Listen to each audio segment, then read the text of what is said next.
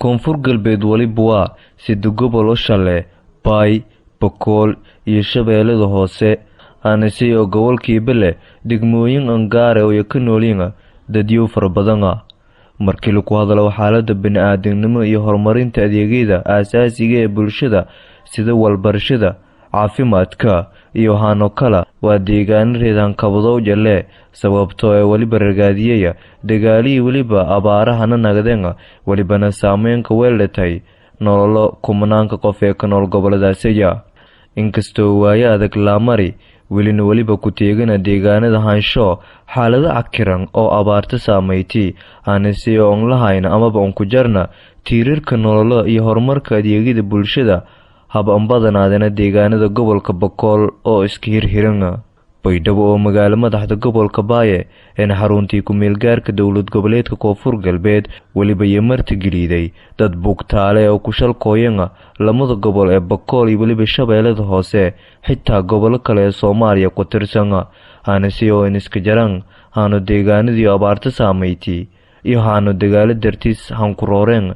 sio nabad an ka nooladanga duleedka magaalada ee meelo xariyo ka yaalan oo dadkaasay ka noola haansho in muddo yar roogeenga meelahan kala bilon hadda ka guda jarnayo kooyanga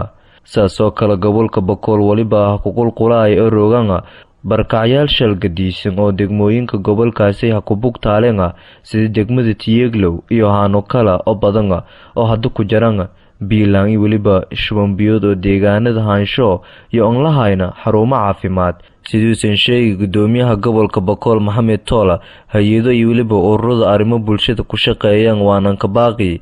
in la caawiyo dadkaasaya bismillaahir rahmaanir rahiim madaankiin ku warama deegaanka gobolka Boqol dhamaantiis meelo badan ma ku jiraan ma ila raay dhibaatooyin fara badan ku jiraan sida loogi ma ila raay deegaan oo naytooy ma ila raay nimankii nabadiidka ay shal gooyo deegaan in iska socdaano deegaanka ma ila raay aan baahan galan qabasho aan baahan walka qabad aan baahan marka saasataan hatana macnaha yani roobabkii iyo ma ila raay beerihi walaal la rajeena sanadka horeba ma ila raay dhibaato fara badan ku jirtay abaaraha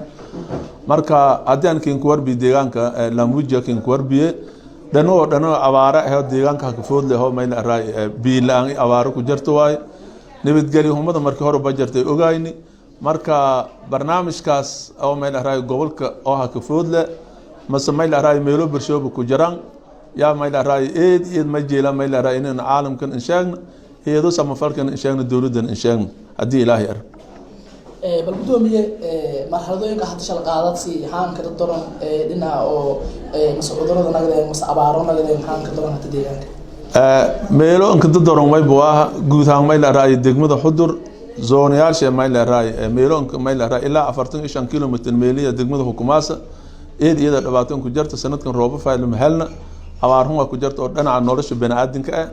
xoolaha kasto meel ku yaabay in meel raayo wal helan meelo ban wal ku helan laakiin guud ahaan degmada xudur agaarad ee kulli abaar way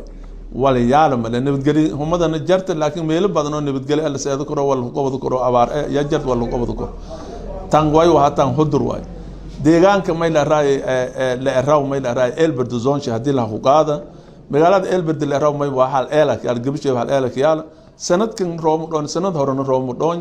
may waxa dhibaato far badan oo biilaan ay ku jirto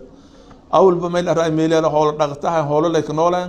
beer ma lahayn hadii biilaan la ku shartay xoolay abaara galay ku shartaban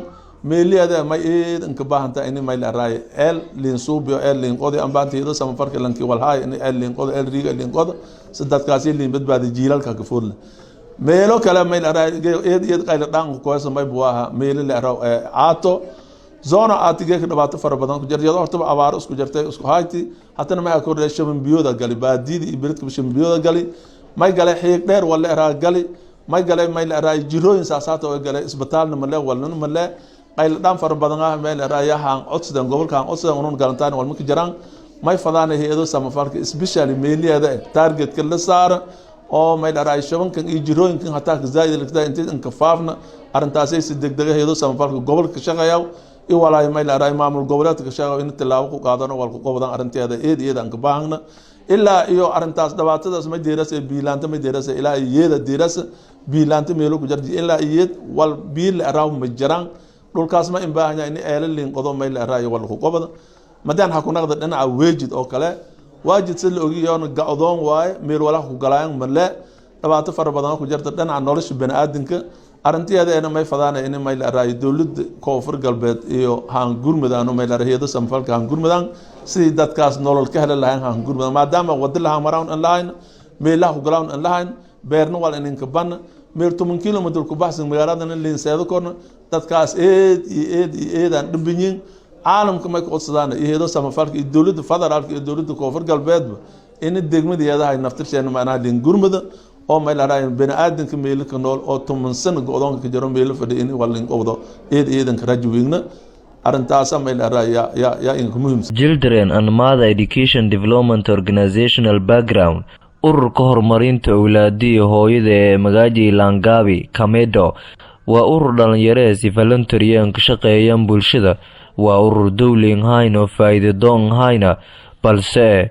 urur caawiyo bulshada dhiban waan ku shaqeeyo horumarjo sida awlaada iyo hooyooyinka si oo helan walbarasho caafimaad oo xarumo la ka daaweeyo MCH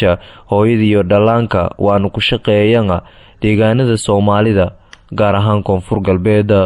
ururkan oo dhalinyaro ka aasaaseen degmada Diinsoor ee gobolka Baaya sanadkii 1995 ee dhalinyaro fadaayana inay koron qaadan horumarinta adeegyada walbarashada sidii jiilka cusub iyo helan walbarasho wanaagsan maadaama deegaanada koonfur galbeed iyo hamareen marxalada shilgadiisan oo bulshada saameeyay walibana uu ururkan ku shaqeeyay deegaanadaasi si bulshada iyo helan walbarasho xirfadiyo ka nooladan fursado shaqo iyo waliba adeegyada asaasiga oo nolola laga maarmaan ururkan oo fursado siiyo diiradana saaro gabdho walbarashadiyo sida kuriito walbarashan helayaan maadaama fursado walbarasho deegaanada haansho iyo ka yaringa gabdho sidoo kale waliba uu ka shaqeeyay arrimo barakacyaalka sida deegaanadii horeedanka naga lahaayeen iyo waliba helayaan barnaamijyo nololiyo walantarow si oo horumariyaan deegaanjo walibana uu walbadan ku gobaday arimoogase iyo haano kale oo iyo ku gobadeen deegaanada koonfur galbeed sida dhisowga xarumo walbarasho towbaro nololeed siyowga bulshada xarumo caafimaad caawiyowga awlaada gaar ahaan agoonte dhisowga xarumo bulshada walantarow fursad siyowga walbarashada gabdho iyo waliba caawiyowga dadku nugul oo abaartii dagaalada sigaar ee saameynka weelati walibana iyo kuwada fuliyana goboladuna cilmi baaris uu sameeyay ururkan horumarinta awlaadiyo hooyada sidoo kale na ogaaday in waliba baahiyo haansho iyo jaranga baraka cusubna baydhawaha deerayanga waliba uu sabilo hadareer uu qobado doone barnaamijyo shilgadiisan oo bulshadaasi la caawiyo gaar ahaan deegaanada dhibaatooyinka nololeed iyo adeegyada bulshada oo ka jaranga sida warbaahinta Sodre Media iyo hano kale ee gudaya sheegtay gudoomiyaha ururkaasi Kaamilo Cabdiqaadir Adowa ogna inuu deegaanada haansho waliyo ku jaran xaalada adag kaamamkan iyo ooyinga haano baraka cusub hadeerayaan oo baahan caafimaad degdeg sida inuu helan guru fayl nolol walbarasho adeegyada caafimaadka iyo haano kala sidoo kale waliba jarana in muhiim ah in la horumariyo walbarashada oo fursado badan la sii gabdho maadaama xiriyo barakacyaalka iyo badanyiga hanraabta sidoo kalena la dhisa goobo muhiim waliba rajeey doone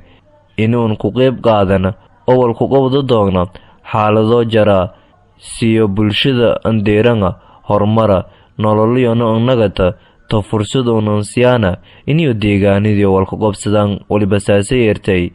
Kaamilo ee gudoomiyaha ururkaasi Kaamilo Cabdiqaadir Adowa ee gudoomiyaha ururka horumarinta awlaadiyo hooyada yaha ka wajahan magaalada Baydhabo ee xarunta gobolka Baaya walibana halhalyan ku shaqeeyay doonte iyadoo waliba fuliyaasa adeegyo shilgadiisan walibana taasay lamida iyo horeyaan ku shaqeeytay waan walan ku qabatay arimoogase iyo haano kala deegaanada koonfur galbeed Cabdiraxmaan Yuusuf Xasan warbaahinta Sodre Media